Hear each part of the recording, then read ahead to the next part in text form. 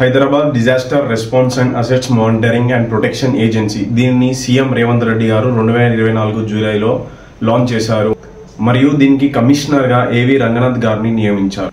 తెలంగాణలో ఏవైనా విపత్తులు సంభవించినప్పుడు వాటి నుండి ప్రజలను రక్షించడం మరియు గవర్నమెంట్ ల్యాండ్స్, లేక్స్, రివర్స్, పాండ్స్ని రక్షించడం మరియు ల్యాండ్ ఎంక్రోచ్మెంట్ అంటే భూ కబ్జాల నుండి గవర్నమెంట్ భూములను కాపాడడం మరియు గవర్నమెంట్ ల్యాండ్స్, లేక్స్, పాండ్స్ని మానిటర్ చేస్తూ ప్రొటెక్ట్ చేయడమే వీటి ముఖ్య ఉద్దేశంగా దీనిని సీఎం రేవంత్ రెడ్డి గారు లాంచ్ చేశారు.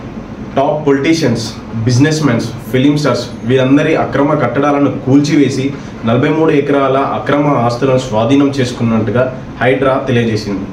హైడ్రా కమిషనర్ అయిన ఏవి రంగనాథ్ గారు ఒక నివేదికను తయారు చేసి ఆ నివేదికను ప్రభుత్వానికి అప్పచెప్పారు. ఏవి రంగనాథ్ గారు సమర్పించిన ఆ నివేదికలో అక్కినేని నాగార్జున గారి 4 ఎకరాలు మరియు ఎంఐఎం పార్టీకి చెందిన మహమ్మద్ ముబిని 12 ఎకరాలు మరియు మాజీ యూనియన్ మినిస్టర్ అయినటువంటి పల్లం రాజు గారి సోదరుడు పల్లం ఆనంద్ గారి పెద్ద మొత్తంలో 15 ఎకరాలు ఉన్నట్టు ఆ నివేదికలో తెలియజేశారని పలు రూమర్స్ వెలువడుతున్నాయి.